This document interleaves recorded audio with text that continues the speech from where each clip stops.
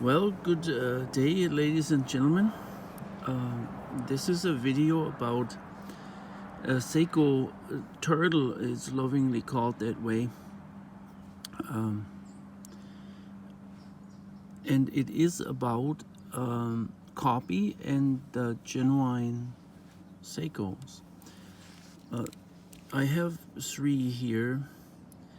These two are genuine. This one is a copy. Now these Seiko copies, this particular one is really very hard or difficult to, if you don't have a genuine, it's really not that easy to spot. You could almost call it a very good copy. It's also not a bad watch. It's just a copy, and that is often frowned on, especially by the manufacturer.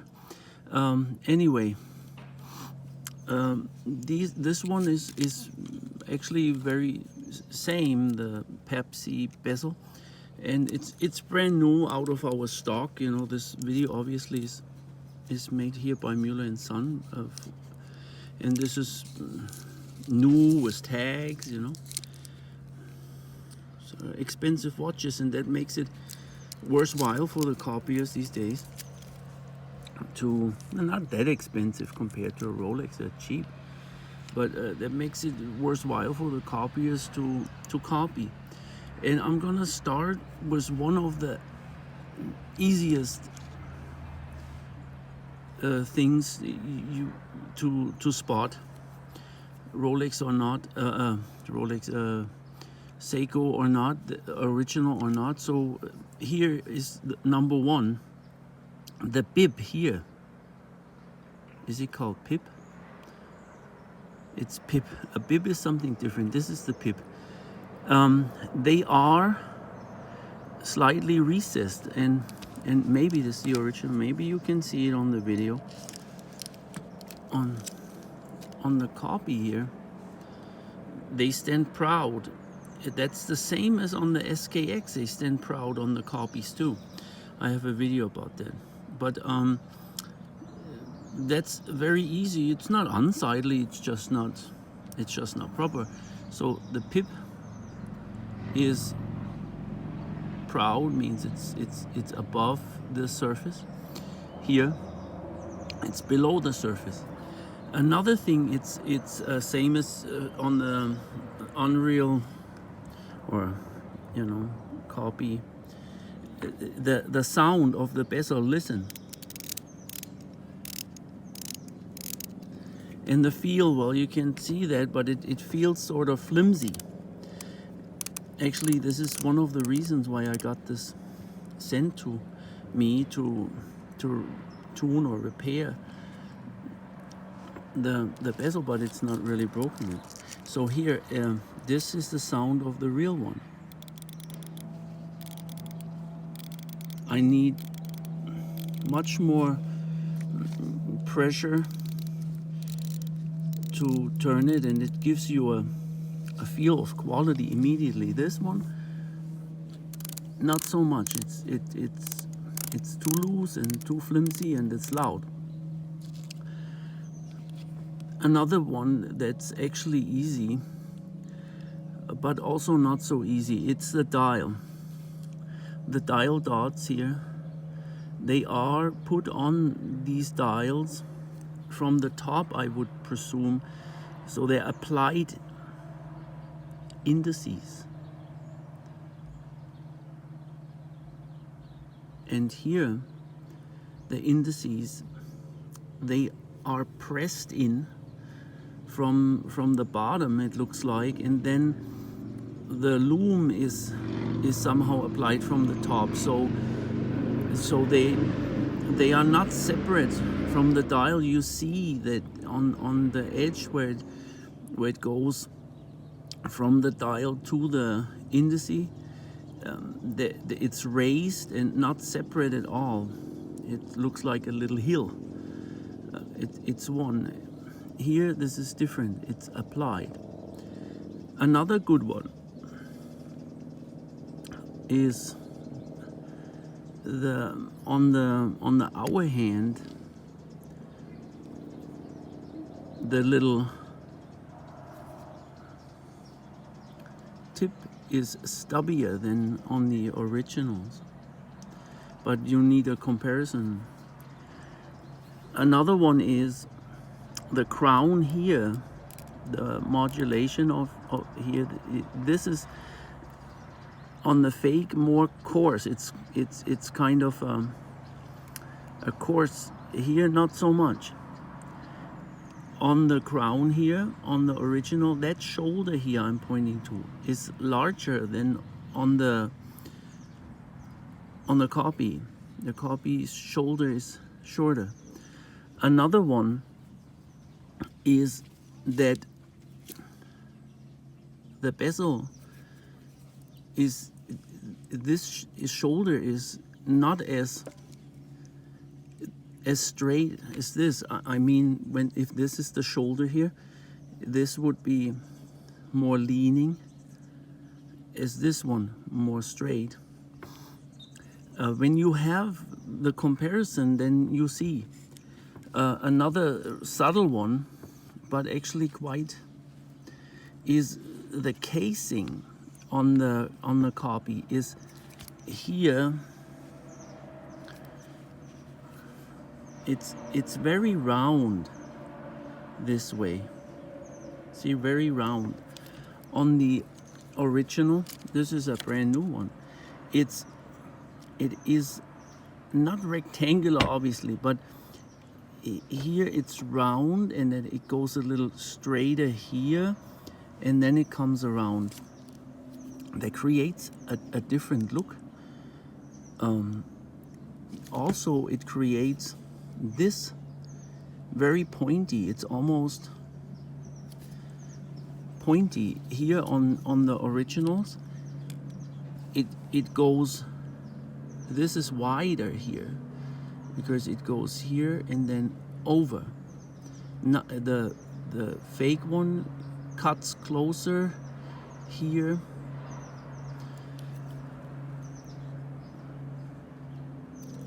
Maybe you see it. Oh, maybe you see it better this way. That makes this here larger. Not so large. You know, larger, more surface here. This shoulder is on the original here. This one is a little wider. This is a little shorter here. Here. Another one is when you look at the crown here. This looks very different than on the original. I think you can even see it on the video. Here, this is a much more wider here. It's very good, and by itself it's convincing, but of course it is not. Here you see it again. This is here. This is shorter, and also the holes here. They're almost. This goes almost straight. You see it here. This goes almost straight, and then there's the holes. This on the original. See, it goes this way. It goes under. Here's the edge, and then it goes a little under, and then the hole. So there is, you know, I'm telling these people what they need to change in order to get this right. But anyway, now I have a little bit of a, some people would call it a cheat sheet, where I get pointers for what I left out. Is there anything else, Sarah? What I have forgotten? I think the font on the insert is fatter on the. Okay, well then I will go there. Next, the font, yes, very, very important point. And this is all easy in comparison, but when you just, you know, you see it on this one here, the font is slightly different. It's a little fatter, and especially on the 50 and on the 10 you see it, but on the 50 they're just. This one is a modified one, so that's why I don't use it that much in this comparison, because you obviously. But luckily I have that. Did I leave anything else out? I think the font on the case back is also. Oh yes, the case back. I haven't opened this one, and I'm not going to, because if I would mess anything up, I have no way of sourcing parts for a fake, and I also do not know if it's precise enough that the original Seiko parts would fit. But you see the placement. The tidal wave is not badly made, but the position is not the same as on the original. See where the Seiko is? When I put the Seiko at noon, see? Then you see that the tidal wave is positioned differently. Man, if they watch my video and correct all these little things, you would have a fake original. But anyway, see, here's the tidal wave and Seiko. Here's the Seiko, I put it at noon, and the tidal wave is positioned different. The shape of the case back also looks a little bit different to me. Yes, that is very true. This shoulder here is shorter. Mm-hmm. This is longer. In comparison, you know, this also looks here on the wider. This is not as wide. Mm-hmm. We had this here that is more coarse. This is finer. These are good points. You can see for a long time it was not even on the map fake Seiko. That would have been, but Seikos come up in the world. There's expensive Seikos out there. They are valuable enough to copy, obviously. We modify these. This is mine, and I modified it just to point it out. I did the bezel to a coin edge, and that actually feels very nice. I did put a different crystal in, a double dome anti-reflective coated inside, and the chaptering has no click marks. It opens up the face visually, and I leave the dial in the hands to keep the original DNA of this revamped classic. But anyway, you can modify these, very tasty, and it's one of my favorite, I would say. Did I leave anything else out there? Well, we looked at the Lume yesterday. Oh yes, the Lume. We looked at that yesterday, and the Seiko Lume, hence to the indices, is, you know, the same brightness. On the fake, I hate to call them fake, you know, replica or whatever you want a better word, a nicer word, because they are in their own right not bad watches, but the Lume is different from the indices to the hens in brightness, and in general is not as bright or good as the Seiko one. And then also the color under natural light is not quite the same. Here very unified and bright, very bright.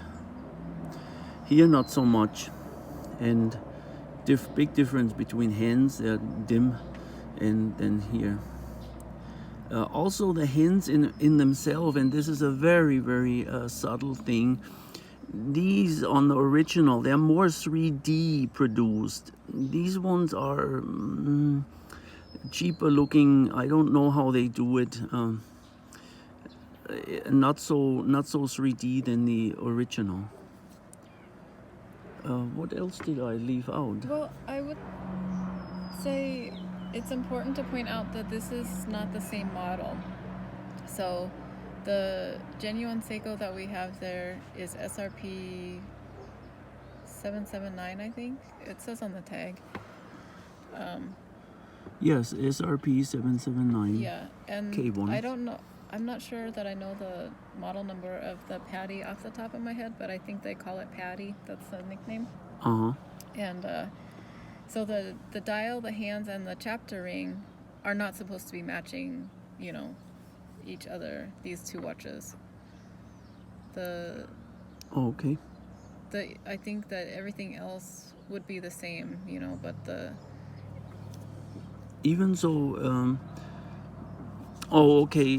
So what Sarah is referring to is, you know, there are differences. They're not a copy problem. It's just that here you have different writing. It's X and automatic, and here's it's a little different. I mean, there are differences. We didn't have the 100% same model number, but don't let that confuse you. The differences pointed out, they are, even by, they are different, you know. Anyway, that shows you here the copy, the replica, and here that's the original. That's, of course, if you into modding at all, then go with the original. Always go with the original, but then these parts will fit. If you have a copy and you don't even know it, and the parts don't fit, don't be surprised. I do not know. I don't want to go there, but one big difference is here. There might be a total different click mechanism underneath that. I'm not tearing into this because, as I said, if anything breaks, I don't have no way of sourcing parts to fix it. This is not mine. This belongs to a customer. He's agreed that we can use it for this comparison. So here we are. There underneath this here, there's like a click spring and then a rubber gasket. This one here is, I don't know what it has underneath it, but there's the rubber gasket on the originals for friction. There is no friction here, so I would think that there is no rubber gasket. It might be a whole different mechanism. It points to that, so you can't. Sizes may be very, very subtle difference. So, but 100 is a Grand Canyon in the watching business. Did I get everything so far? Yes, I think that wraps it up. So, good luck. And if you buy these, I have been told that you can buy a knockoff new for $80. Well, you know, a new Seiko. I do not know what the movement is inside, but here that's an original, that's a modified original. So good luck with that, and I hope that helps you. Have a very good day. Bye bye.